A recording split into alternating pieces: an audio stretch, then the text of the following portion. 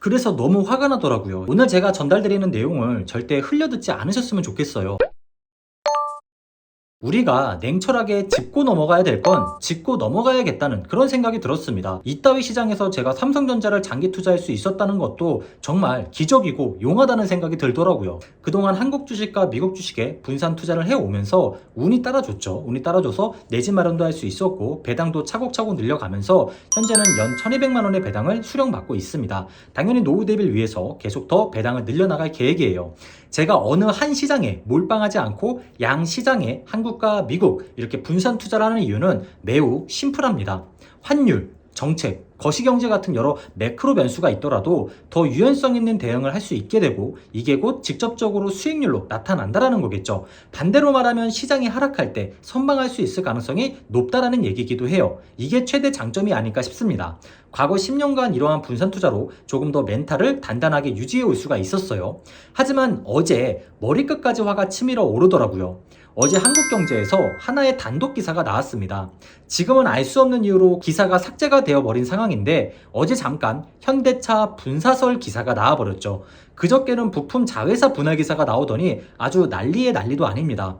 뭐 기업의 성장성 때문이다, 효율화 때문이다, 다 좋다 이거예요. 하지만 방법이 잘못된 거죠. 대주주 지분이나 영향력 좀 올리려고 소액주주들은 무시해도 되는 겁니까? 이건 절대 아니라는 거예요.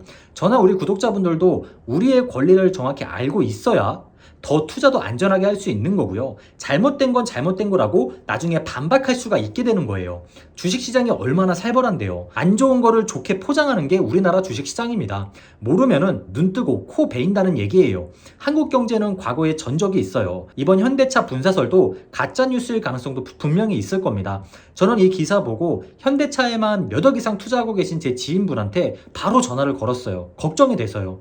다행히 기사는 순식간에 삭제가 됐는데 이런 거 보면은 가짜뉴스일 가능성도 충분히 있을 거예요. 역시 한국답습니다. 저도 많은 수량은 아니지만 현대차 EUB 주식을 약 1000만 원 정도 보유를 하고 있습니다. 당연히 배당의 관점으로요. 배당도 돈을 계속 잘 벌 수 있는 기업이 꾸준히 줄 수 있는 거기 때문에 저도 현대차의 전망을 나쁘게 보고 있지 않다라는 거예요. 지금은 기사가 삭제되고 없지만 현대차가 자율주행 사업부 분사를 추진할 수도 있을 거다라는 내용이 기사에 실렸습니다. 웃긴 거는 미래차 시대를 대비하기 위해서 우수한 연구개발 인력을 선점하기 위해서라고 하더라고요. 분사한다고 인력이 더 효율성 있다는 발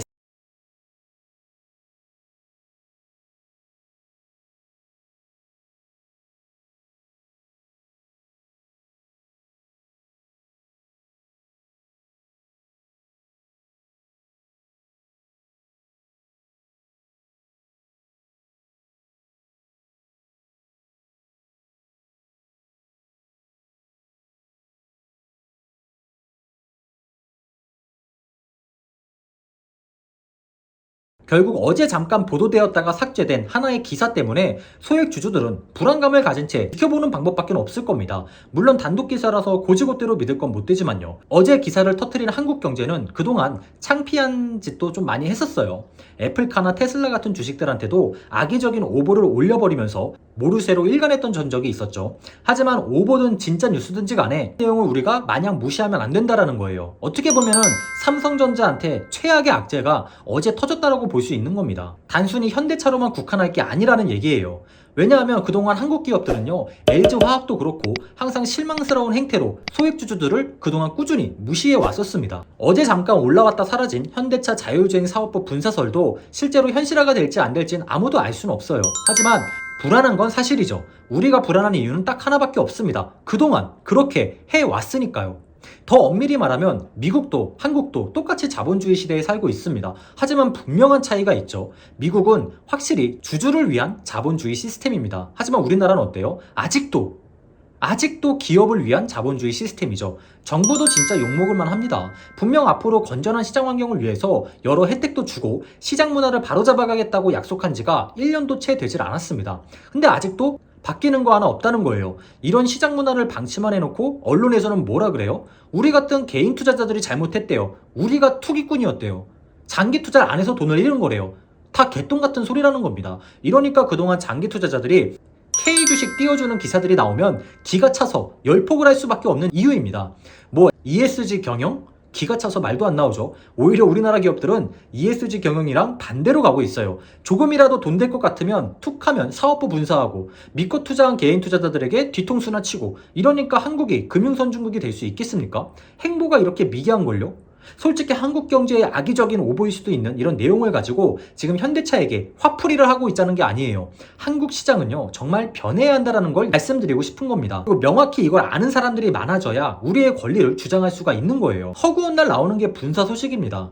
한국 시장을 믿고 우리 같은 개인 투자자들이 도대체 어떻게 기업을 믿고 투자할 수 있겠냐는 거죠. 현대차가 자율주행 사업 분사를 추진한다는 소리는 테슬라가 오토파일럿을 분사한다는 소리랑 마찬가지입니다. 모비스 악재가 나온 지 얼마 되지도 않았는데 말이에요. 기가 차죠. 이래서 사람들이 미국 시장 하는 겁니다. 저랑 이렇게 소통도 하고 인연이 될 수 있었던 것도 결국 구글 때문이죠. 유튜브라는 플랫폼 안에서 우리가 이렇게 만나게 된 거니까요. 구글이 근데 뭐 유튜브 사업부, 검색엔진 사업부 뭐 따로따로 분리를 합니까? 안 하잖아요. 애플도 마찬가지입니다. 뭐 아이폰이랑 아이패드 분사하나요? 그러니까 참 웃기다는 거예요. 왜 유독 한국 기업들만 이딴 식의 행보를 꾸준히 유지하고 있냐는 거죠. 이래서 재벌하기 좋은 나라지 기업하기 좋은 나라는 아니다, 이런 소리가 나오는 거예요. 어차피 대한민국 재벌들은 이해관계상 주가가 올라서 좋을 건 없으니까요. 몇 차례 사례를 보셔서 아시겠지만 재벌들의 승계 비용이 정말 비싸기 때문이에요. 그래서 일부러 주가를 떨어뜨리는 경우도 많죠. 완전히 우리를 호구 취급하는 겁니다. 결국 개인 투자자들, 소액주주들을 무시하는 행태가 너무나 만연하고 있는 시장이 우리나라 시장입니다. 실제로 우리가 중국 시장을 보면 어떤 생각이 들어요? 와, 뭐 저딴 시장이 다 있냐, 이런 생각이 드실 거예요. 근데 미국인들이 우리나라 시장 보고 그런 생각이 안 들까요? 저는 충분히 될 거라고 보고 있거든요. 그러니까 제가 가짜 뉴스든 진짜 뉴스든 이렇게까지 지금 현대차의 분사설, 이 기사에 대한 내용을 가지고 이렇게 목에 핏줄을 세우는 이유는 삼성전자 때문이에요. 제가 우리나라 시장에도 투자를 하는 이유는 수출 국가에서 수출을 잘하고 있는 성장성에 보이는 대형 우량주들이 있기 때문입니다. 물론 세금적인 측면도 있긴 하지만요. 아까 말씀드린 것처럼 변동성만 잘 활용해 보더라도 자본 증식을 정말로 확 한 번에 끌어낼 수 있는 시장이 바로 우리나라 시장이에요. 하지만 우리나라 대기업 현대차까지 만약 정말 실제로 소액주주들을 무시하는 행태를 나중에 보여준다면은 제가 투자하고 있는 삼성전자라고 과연 안전할까요?